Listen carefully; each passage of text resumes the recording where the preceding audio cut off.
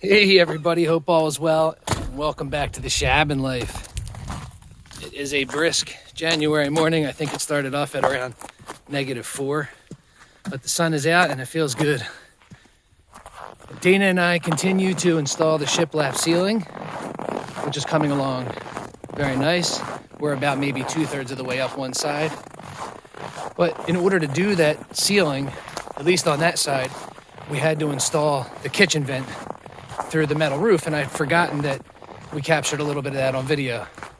So until we finish the ceiling and can get that video out, here's how I installed the kitchen vent. Check it out.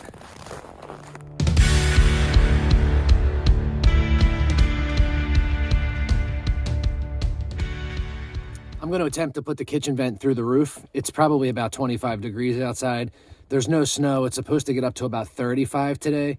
So I thought of all the days, this is probably the best. But this is the kitchen vent, for the sink, coming up through the exterior wall. I'm basically going to cut off about a foot of that pipe to give me a little bit of space. I'm going to plumb bob from the ceiling down to find the center.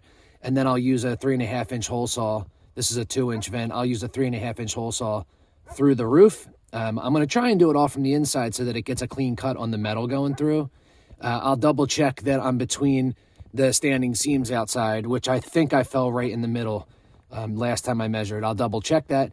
After I drill the hole through the roof, I'll attach a piece of 2-inch PVC, coupling and glue a piece on. I'm going to try and stick about maybe 18 inches through the roof just to give me a little bit of extra. And then I'll go outside, put the flexible boot on. I'm going to use some butylene tape underneath the boot. We'll screw it down and hopefully all should be good to go. But I'll take some pictures or do a little bit of video. All right, so this is the plumb bob against the ceiling. And I'm generally going to line it up in the center of the pipe and then mark where my finger is on the ceiling, and that'll give me a general idea as to where the center of the pipe is for the hole saw. That's all. I thought I'd show you what I'm doing now to try and help me when I do the hole for the stove pipe, the chimney pipe. So basically I drilled my pilot hole until I hit the bottom of the metal roof. And then I used the screwdriver and hit it with a hammer to put a little punch mark on the other side of the metal. On the outside, on the roof, I can see that dimple that I made. My hope is that I can make this same pilot hole once I find the center for the stove pipe and use the pilot hole and a little dimple mark to see how close I fall to center between the standing seams on the other side of the roof. The idea is essentially I want to make sure that I'm in, between those standing seams.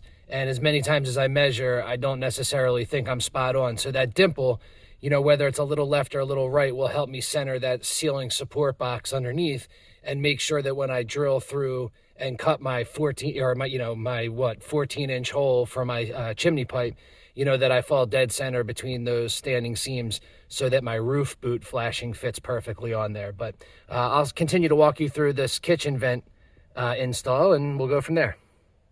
Sorry, I'm looking at the camera backwards. I don't know where to look.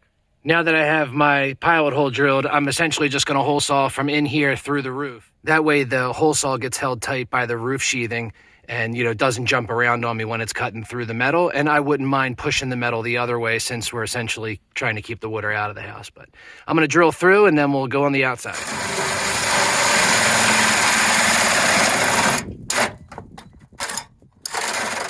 You're done. All right, so Dayna videoed me sawing through from the inside through the roof.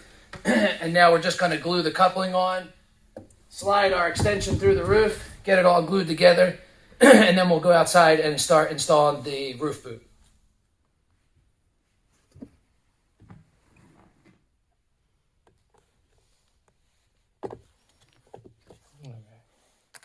All right, so now that we cut the hole out of the top of the roof boot, and it's all marked on there where to cut out for the outside diameter of whichever PVC you're using, and you just got to use your best judgment. I went a little bit tighter because I know it'll stretch over. But now that we cut out the top of the roof boot, I'm going to go ahead and just use some butyl sealing tape instead of some silicone on here.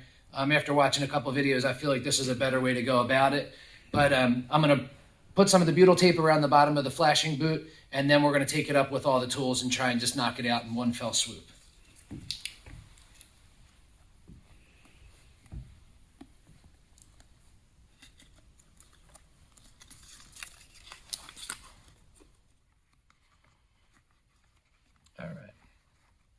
Good to go. Let's see if we can get it up on the roof now.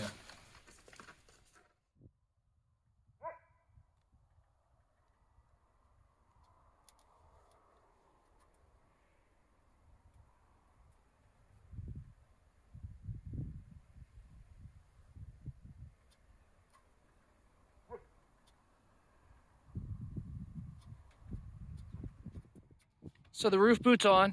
It slid over really nice and tight, as you can kind of see around the top of the pipe. And the cool thing is that the butyl tape sort of holds it nice and tight in position once you put the roof boot down. I'm going to use some 1.5 or 1.75 roof screws. These are leftover pointed tip screws that they use to put the metal roofs in. So I'm going to use these. I like the washers that are on there. They won't break down over time. So I'm going to go ahead and start sinking them around, starting from the top down. And then I'm going to put them about maybe 1 inch, 1.25 inches away from each other all the way around. So once I kind of tackle that, I'll bring you back. All right, so there's the finished roof boot installed and screwed down. I put screws probably about at every inch, and I would recommend that. If you go a little bit bigger, you're going to start getting more of a loop in between. And I wound up having to sink 2 screws in the back because I wasn't really happy with the spacing on them. And since that's at the top where the water is going to run down, I just wanted to make sure that's nice and secure.